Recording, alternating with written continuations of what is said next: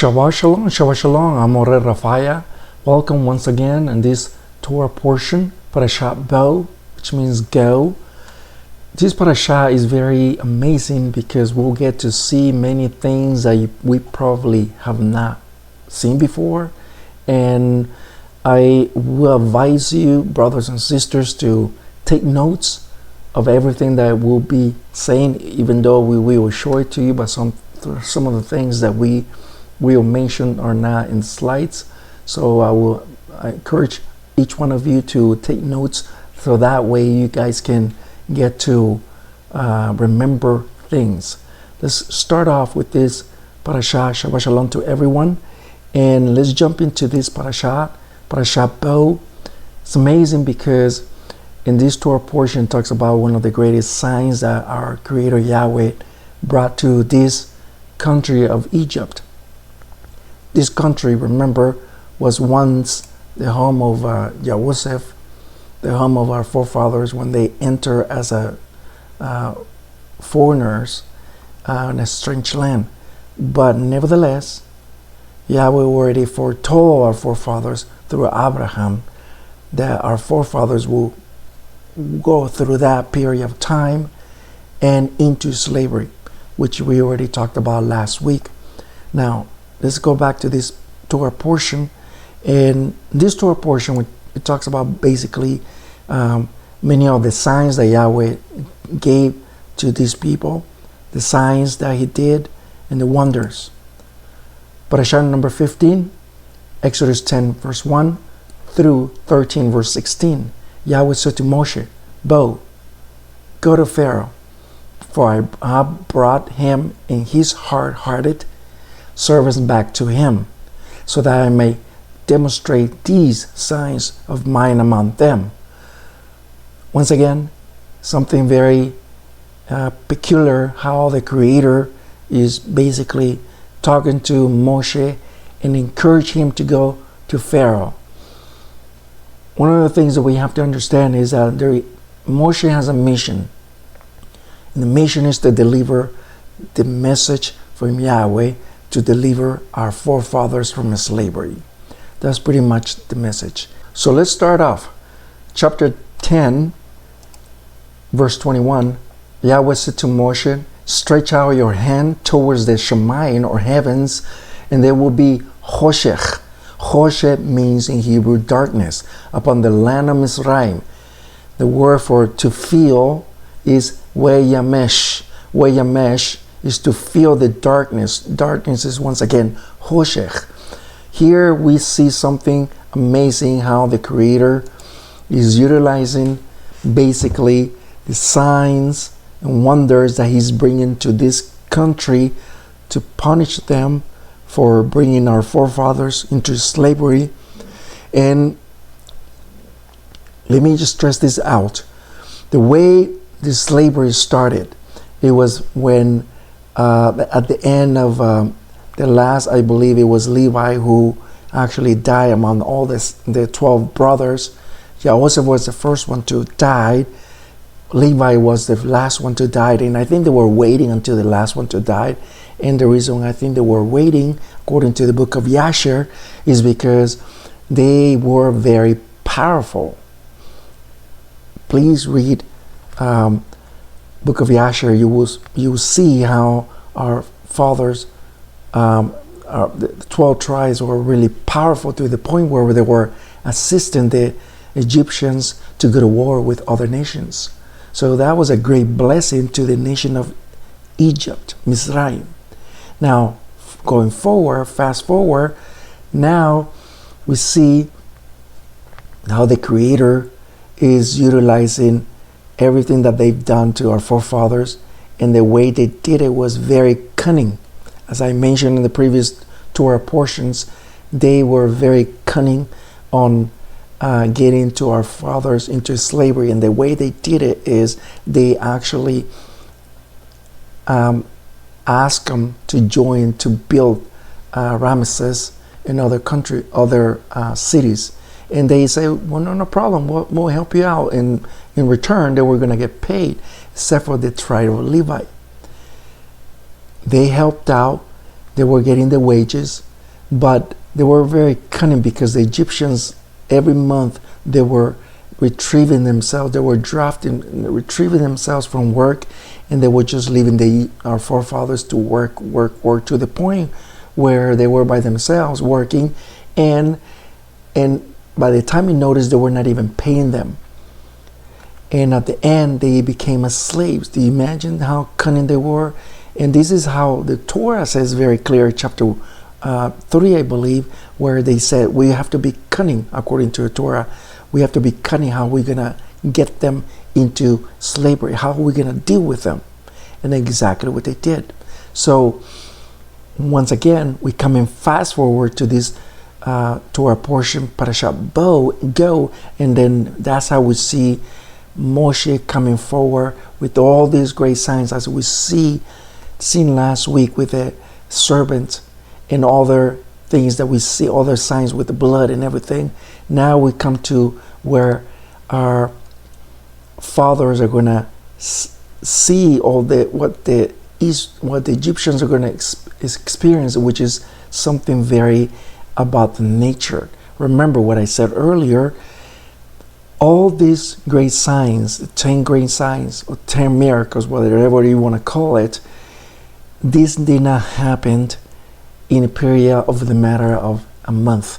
This happened within a year, and the reason for is because Yahweh utilized the same year cycle and the same seasons to bring about all the nature brings, and even animals and so forth that we already talked about. But he's utilizing everything around this yearly cycle to punish this nation. Now, I want you to see something amazing. If you notice here, this is basically the sky, clouds. And the reason it looks like it's getting on fire, right? And it's basically an optical illusion of the sun towards the heavens or the clouds, but it looks like it's the clouds. In Hebrew is the word shamayim, but I want you to see something. The word for shamayim, which means air, skies, right? But this word shamayim is a compound word which means maim, which is water, okay? And the word esh for fire. So if we go back over here, that's why it looks kind of like a fire, isn't it? But it's something that Yahweh is utilizing on these two compound words, which are attributes to Yahweh's power. Look at what it says in the book of Judges chapter 5 verse 4. The Shemayim or heavens shudder. The mountains melted into the presence of Yahweh in the Sinai. You see that? And exactly what our Creator did when He came down from heaven and He contracted the heavens and earth. And that's what the Feast of Shavuot came about in the mountain Sinai. And our fathers witnessed this amazing event once again in the 50th day of the counting of the Omer. Amazing, because Yahweh is contracting the heavens and earth, and He's bringing about fire and what else? And of course, He's bringing the fire and the water. So something that our Creator's bringing about, and amazing. I want you to see something next. Psalms 18 verse 1. He made the Hoshech, which is the darkness, His secret place around Him, His sukkah, His tent, dark waters in the clouds of the air. From the brightness before Him, there He broke forth by means of His thick clouds, hail, and burning coals. Now here, basically, is what our fathers experienced in Mount Sinai. All these elements what Yahweh brought about when He contracted the heavens and earth. Once again, we see something amazing, because once again, what comes out of these verses is the word darkness, Hoshech. We think the Hoshech or darkness is bad. In reality, we can see it in both ways. It could be bad. It could be, something that you could be tremble. You could be afraid because you don't know what's going on. It's total dark. And at the same time, our Creator is using it for His advantage. When He contracted the heavens and earth in the day of Shavuot. This is exactly what our fathers experienced.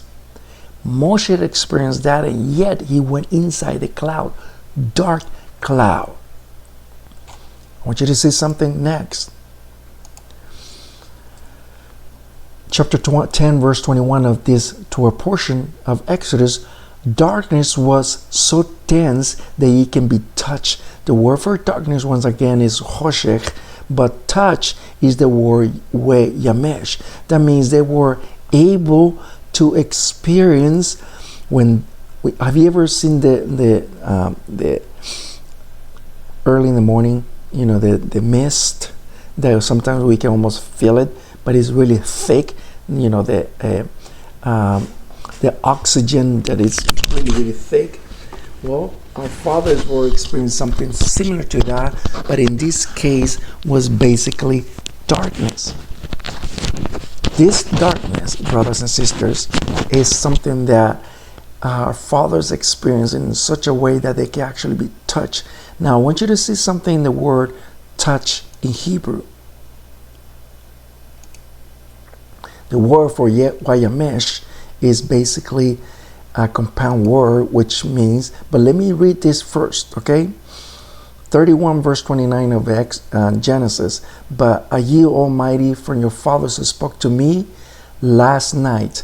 The word for last night is emesh. If we go back over here, is a yamesh is basically what it means, touch.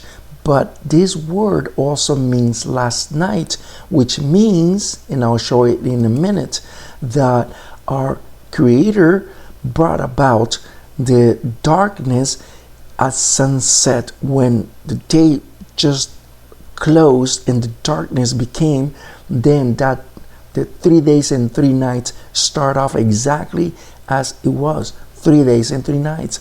Let me give an example. Today is Shabbat, the daylight. Last night, which is Friday night, it was exactly when the sun set.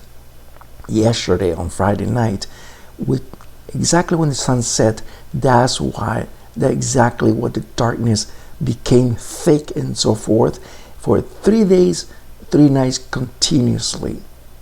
Something that they never experienced before, and yet our fathers were experiencing what?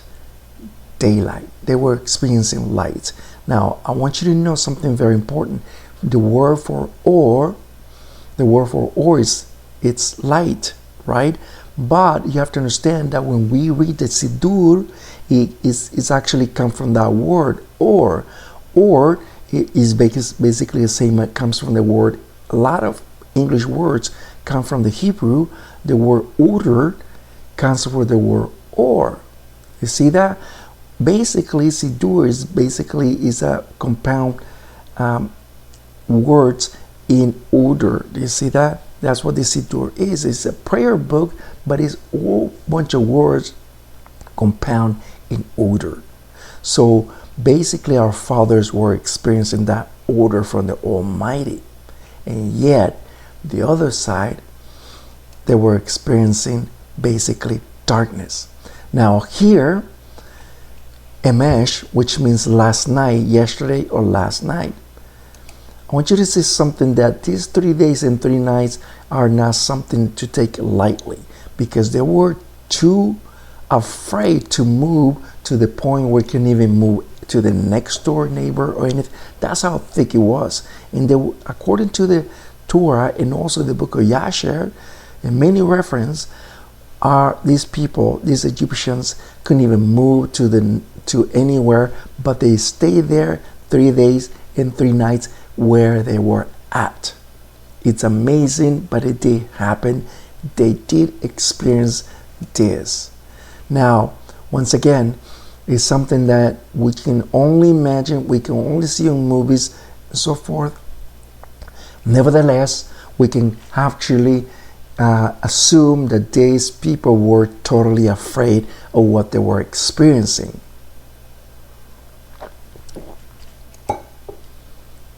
This God that you see next is the God Seth. He's the God of storm and destruction. and he's also the God of darkness. Every Egyptian knows that this God is the one that rules at nighttime.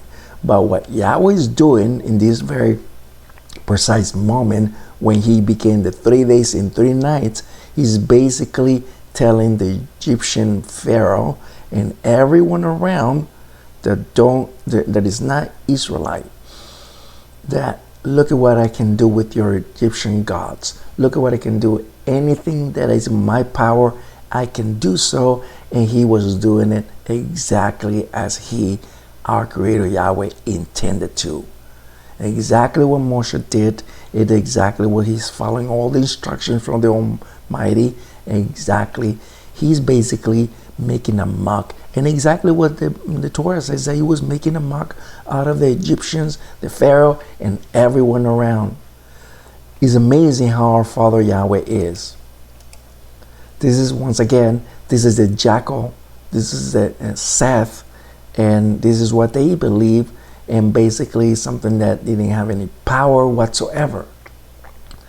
Once again, this is what they experienced.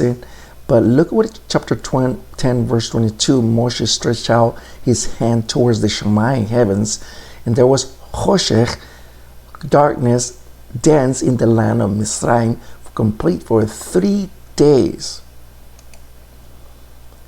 Let's continue. Amos 5:20. Will not the day of Yahweh be choshech, darkness, and not light, complete apelach, dark, with no clarity? It's a question that the prophet Amos is saying, or is asking, and is basically, we have to understand something very important and something crucial for each one of us. If we are keeping Torah, brothers and sisters, I don't think there should be any tremor or be afraid of what that day of Yahweh, when he brings our Mashiach, should be afraid. But nevertheless, for those who are not keeping Torah in the secular world, that don't believe in Yahweh, nor his Mashiach, nor is keeping Torah, then what do you think is going to happen? If we go to the 2nd of Peter, Rab Shaul says very clear that if very difficult for the just or the righteous to be saved, how much more the wicked will be saved? It's a question mark for each one of us, that is not that easy as we think it is. It's not just raise your hand and you'll be saved, as the Christians or sometimes the Messianic says.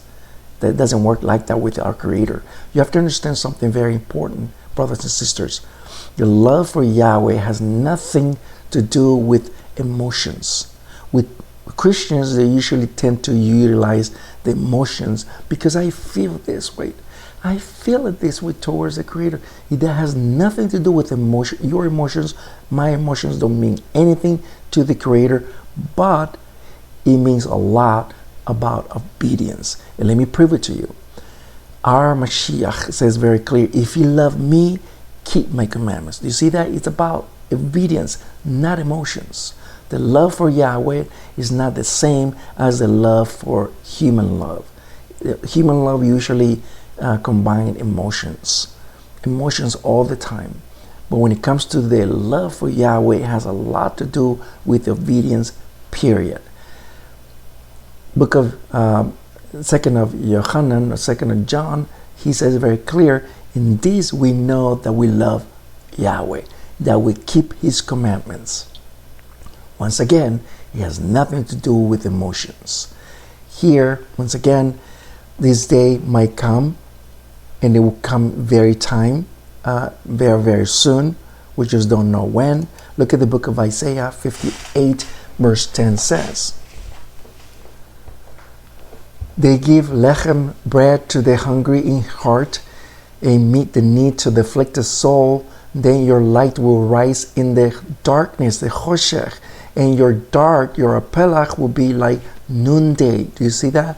So, which means, brothers and sisters, that when we do good deeds, what is called in Hebrew tzedakah, then in the eyes of the Creator, that light shines. There was darkness before now is shining in the eyes of our Creator. Isn't it our Mashiach says very clear that we're supposed to be doing the same thing?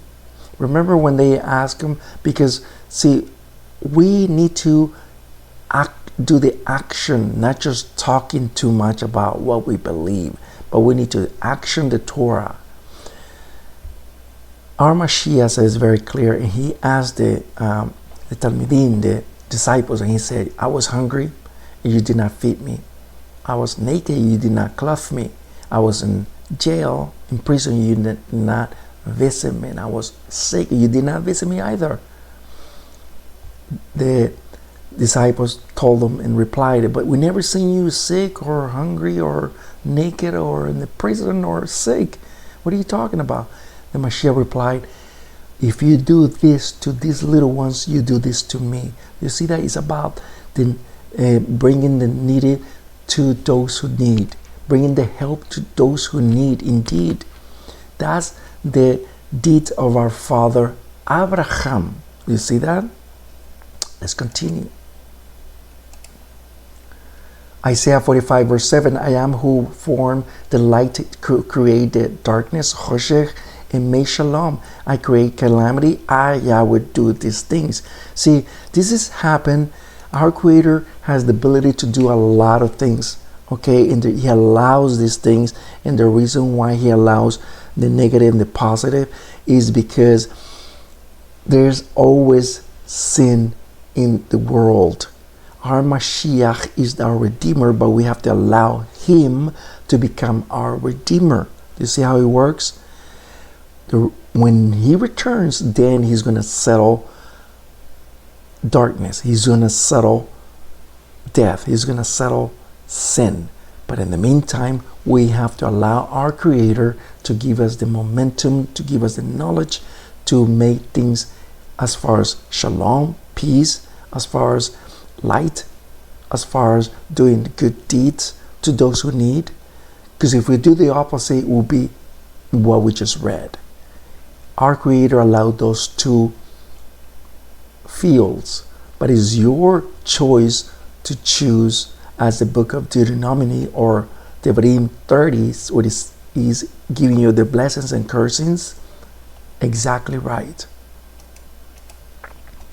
So basically, darkness is in the benefit of Am Yisrael, in the benefit of the people of Israel. How does it work? It works basically that we're not getting the darkness, but rather the nations do. Do you see that? It is our benefit to bring the light to them. Many of these things we have to utilize this, brothers and sisters. We have to utilize the chokmah, the understanding, also the wisdom of our Creator in the Torah. Look at what it says here. Exodus 10:23, people who couldn't see each other and no one went anywhere for 3 days, but all the children in Israel had light in their house. How did this work? Look at what it says here. 27 verse 1. Let's read it and put it together. It's David's song before he was anointed. Yahweh is my or, is my light, in my Yeshua, my salvation. Who should I fear? Yahweh is the defender of my life. Who should I be afraid of? See, what basically these people experience is basically afraid, because darkness brings afraid. And this happened to each one of us. When the light goes off and the electricity goes off and it's totally blackout completely, what happens to each one of us? It has happened to us. We become afraid because we don't know, what time is going to come, or if we won't be able to see, although we have a flashlight, or if we walk into a dark room and you don't have any light, you're afraid that you're going to trample and fall or break something. We're always afraid of darkness. But nevertheless, when we utilize that light of our Creator, why should we be afraid? Our fathers experienced that light, that odor of Yahweh's Torah. And we have to understand that our Mashiach is our menorah, is the 7 candlesticks. The book of Revelation chapter 1 and 2 talks about he is the menorah. Now, I want you to see something. This is the map of Egypt. But if you notice how right here on the left side, on the upper left side, this is the land of Goshen. This is where the portion that the Pharaoh and also Yosef gave to our forefathers. And you see how green it is? And you see how very deserted is all around like Egypt? Is because this place, this portion right here is very blessed. Is because our fathers dwell there until today. Do you see how green it is? In the time of our forefathers in Egypt, Yahweh brought about the darkness. So that meant that when the 3 days and 3 nights came about, total darkness was all the land of Egypt except for Goshen. You see that? There was light there the entire time. They had no problem with darkness. They only have what they experienced or what they were seeing on the other side, which is total darkness. So basically what we see here is that they had light, they didn't. And it's something that we have to understand nowadays, brothers and sisters, that we have to thank our Creator that is giving us the Torah as the way of light, Mashiach as the way of light. I always said, brothers and sisters, that we have the ability and the privilege to know Torah, to have the privilege of the double portion of the firstborn. What I mean by that is that we are Ephraim. Our Jewish brothers do not have the scepter. They don't have the authority. Our Mashiach took the authority when he came in the first century. And now our northern kingdom, which is us, we have the firstborn portion, double portion, and we have basically the authority to restore all things, including the Torah calendar. The Torah calendar is the one we are following nowadays to restore all things until the Mashiach comes.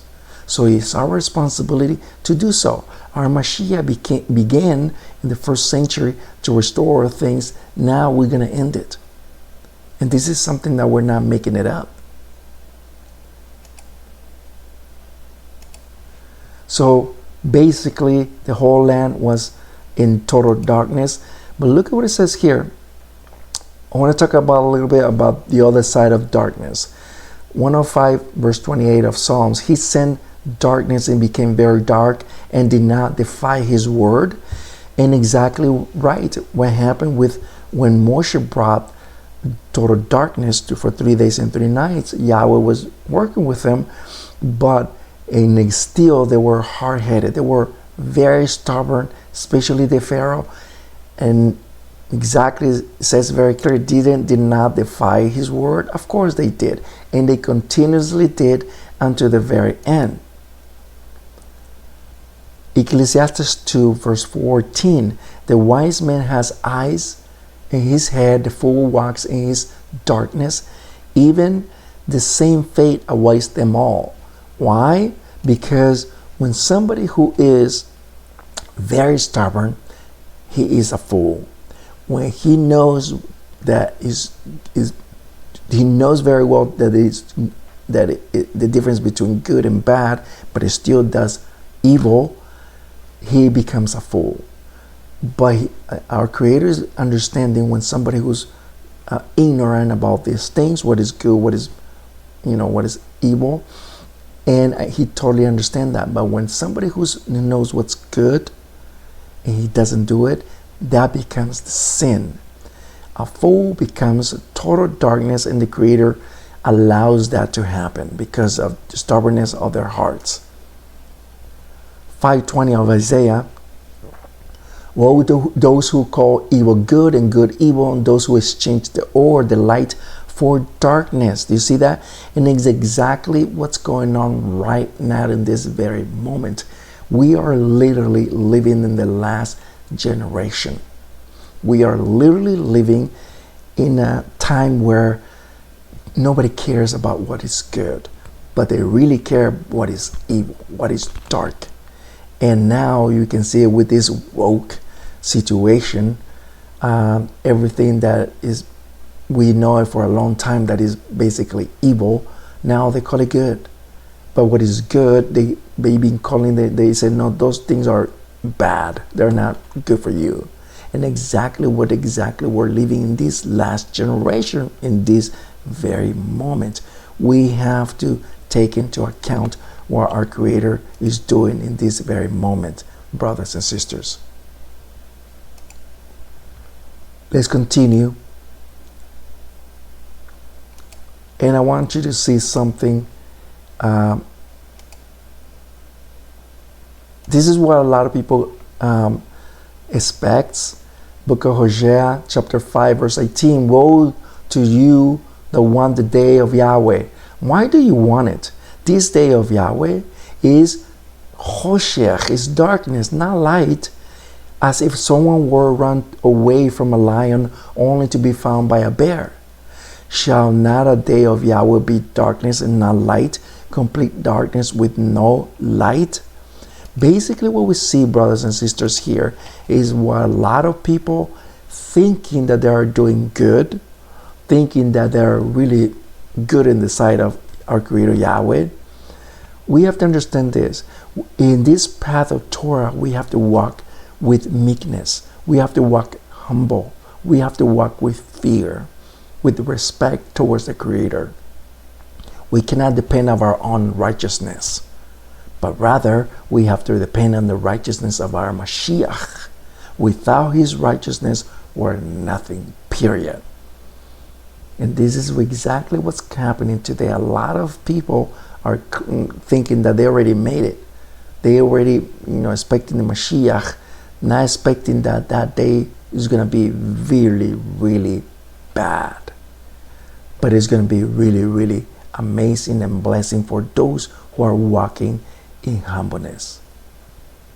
So let's keep that in mind.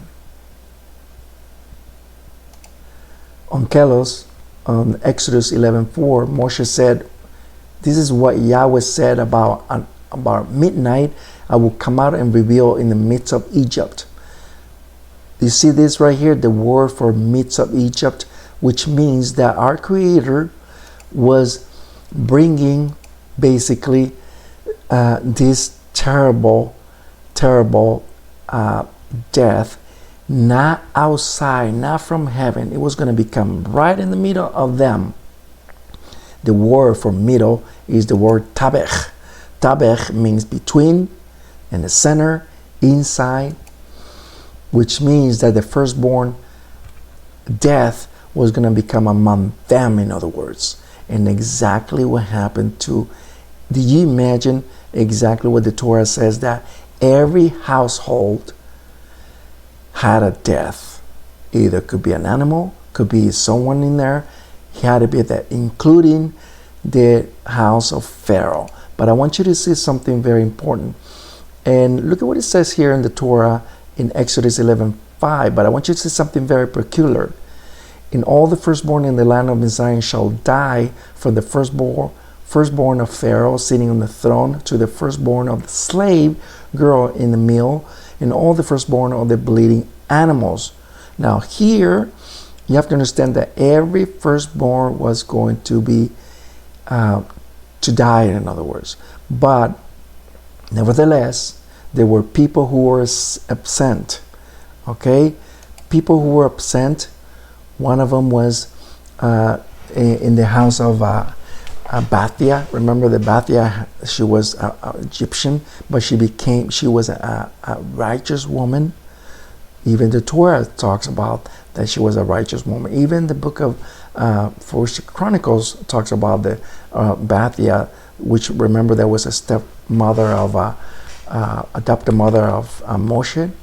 She became a converted Israelite. Okay, and nevertheless, every firstborn was going to die except for Pharaoh. And I want you to say something very peculiar here. Okay, look at the book of Yasher as a reference. chapter 80, verse 57, Moshe said to Pharaoh, behold, though you are thou thy mother's firstborn, yet fear not, you should not die, for Yahweh hath commanded thee to live, and to show thee his great power and his stretched mighty arm. Now, why did the Creator spare the Pharaoh, even though he was the firstborn? Because he wanted to show him that because he was a stubborn, he was very hard-headed, he was going to basically save him unto the very, very last one to survive. But the next parasha, which is next week, we'll talk about a little bit about that. I don't want to jump into that, but I just want you to see that he did not die, but rather he lived to experience all these wonders, all these signs that Yahweh was doing it, including his home. So let's continue with Exodus 13, verse 9. Moreover, I shall serve as a sign on their hands and a sikarom, a reminder on their eyes, so that the Torah of Yahweh may be in their lips. For with a mighty hand Yahweh brought them out of the land of Mizraim, Egypt. Now, why am I bringing this verse? Because in these very last verses of this Torah portion, we're talking about the origin of the tefillin. The tefillin is basically how we bind the bands around your arm and also on your foreheads. This is not something Jewish, okay? This is basically a Torah command for each one of us to do it, and there is a reason why. Once again, this is not a Jewish thing. This is a Torah commanded thing. I want you to say something next. This sikaron is basically a reminder, okay? A reminder. So sikaron basically means a present, a memory, a reminder. Look at what it says here, and this has a lot to do with the firstborn, which is you and I. Exodus 13, verse 16. They shall serve you as a ot, which is a sign in his hand, and a totafot on the forehead between his eyes, which with mighty hand Yahweh brought us out of Mizraim, Egypt. Now, you see these two? The first one is totafot, okay, and the other one is an ot. Two things that are combined, which is a sign and a forehead. Those two things have a lot to do with the firstborn. How does it work? Remember what I just said earlier? We are the firstborn. Ephraim is the firstborn. The Torah talks, and all the prophet talks about Ephraim is the firstborn. Our Jewish brothers are not. Once again, we have the privilege, we have the double portion, okay? And we are living, just so you know, we are living in this 6th millennium. According to the Torah, it says very clear, I believe chapter 15 or 16 of Exodus, Shemot, please read it. It says, when Yahweh brought about the manna, right? The manu, he brought the manna from heaven, and he said, collect the 6th day double portion. Right now, we are living in the last generation, and therefore, we are gathering the double portion. It is very vital for us to claim what is being given to us, but we don't realize that we do have it, because we keep looking at our Jewish brothers, what they're doing, instead of looking at Yahweh and his Torah. We need to stop that. We need to start feeling sorry for ourselves. We need to stand up with a high head and look at the wonders that our Creator is giving us. We cannot, once again, put this just whatever. Our Creator is giving us this knowledge to each one of us, and we need to wake up, because we are living in the last generation. The word for totafot is a frontal, a forehead. You see that? So in Greek, it's unshakable, okay, unmovable, something that cannot move. And exactly right, when you basically put it here on your forehead, brothers and sisters, is basically that. So let me just show you real quick. This is something that little box is basically contains 4 manuscripts, 4 scrolls, right in you see the little, see 1, 2, 3, 4. There are 4 scrolls inside, okay, where there are portions of the Torah there. One of them is the Shema in Deuteronomy chapter 6 verse 4. There we can actually find how our Creator is giving us that command, and the origin is what we're reading in this Torah portion. Now when we put this together here in the front head, this is what our Creator is commanded us as a sign that He delivered us from Egypt. Look at the Targum Jonathan on the same chapter, and let me just read it. It says very clear, and it will become a tefillah. It will become a tefillah in your head, okay, when you read it, when you wear it. And this is going to come something that it will be a reminder for you when you put in your hands exactly what Book of Deuteronomy says very clear on the Shema. Now, when you put it like this, brothers and sisters, there's a way how to do it. Maybe another time I will show you how to wear the tefillin, and I will make a special video about that. Okay, so this is basically what we have stored for this Torah portion. Let me just give you a last verse in chapter 11 verse 18 of Devarim, of Deuteronomy. Therefore you will restore these words of mine in your heart and in your whole being. Tie them in your hand as a sign. Put them in the front of your eyes. Once again, our Mashiach never, ever, ever was against that. Okay? Never was against. Well, remember when he says something about the tefillin, that they make them, big and long, about the tzitzis and so forth. And the reason why he said that, he never said something about don't wear them. No. He said, look at what they're doing. They're showing off. They're showing off that they doing something very spiritual.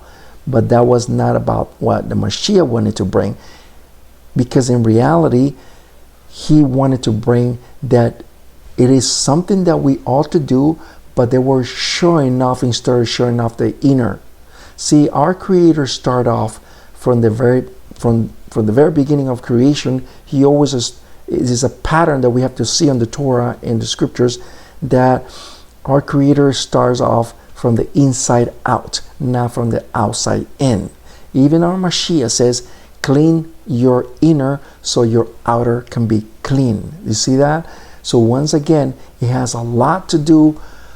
Our light has to come out from the inside, not from the outside. We come to an end, brothers and sisters, and hopefully this will help you to meditate on the word of our Creator, and hopefully our Creator give us knowledge and wisdom, and to see a better light in the Torah portion.